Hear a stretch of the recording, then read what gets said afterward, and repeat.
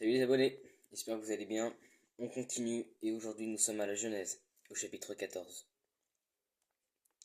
Durant leur règne, Amraphel, roi de Shinir, Arjok, roi d'El-Lassar, Kedor-Laomer, roi d'Elam, et Tidil, roi de Gojim, firent la guerre à Béra, roi de Sodome, à Birsha, roi de Gomorre, et à Shinib, roi d'Adma, à Shemeber, roi de Tseboïm, et au roi de Béla, c'est-à-dire Tsoar.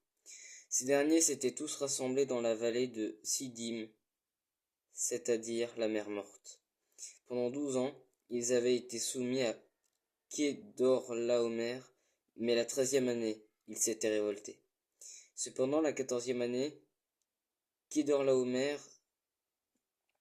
et les rois qui étaient ses alliés se mirent en marche et battirent les Réphaïm à Ashtéroth, Karnaïm, les Uzim à Ham, les Émim à Shavé Kirjataïm et les Horiens dans la région montagneuse de Séhir, jusqu'aux chaînes de Paran qui se trouvent près du désert.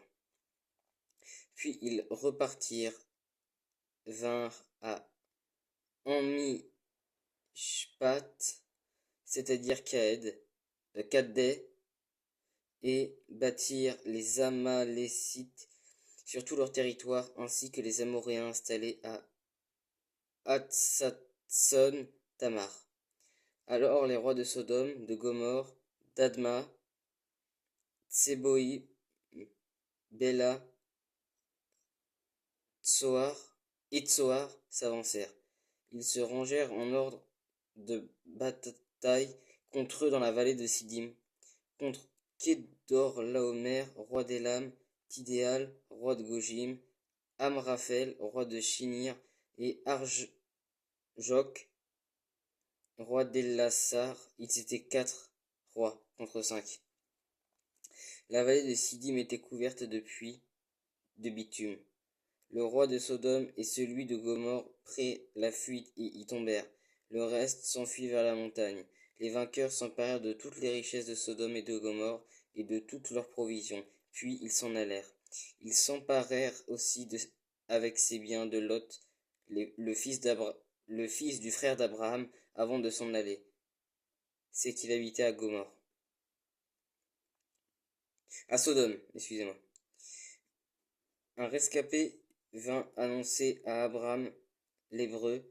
Celui-ci habitait parmi les chaînes de Mamré, l'Amoréen, un frère d'Eshcol et d'Aner. En effet, ils avaient fait alliance avec lui. Dès qu'Abraham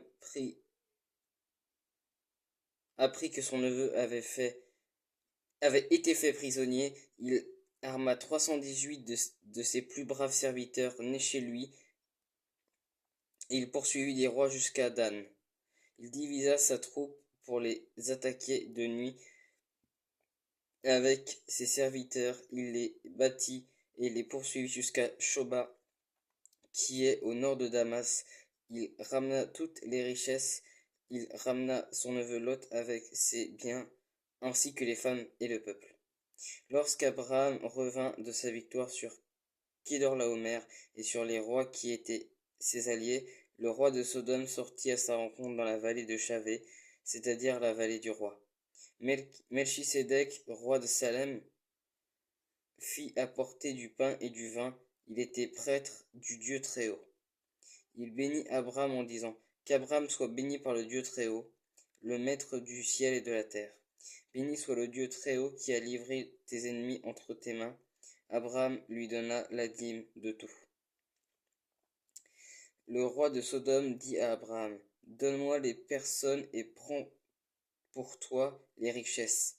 Abraham répondit au roi de Sodome: Je le jure, la main levée vers l'Éternel, le Dieu Très-Haut, le maître du ciel et de la terre, je ne prendrai rien de tout ce qui t'appartient, pas même un fil ni un cordon de sandale, afin que tu ne puisses pas dire: c'est moi qui ai enrichi Abraham.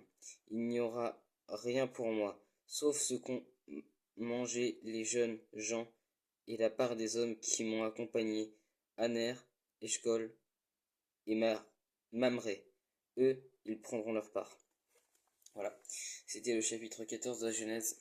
Si vous avez des questions, comme d'habitude, n'hésitez pas à me les poser à peu près par ici dans les commentaires TikTok. Soyez bénis.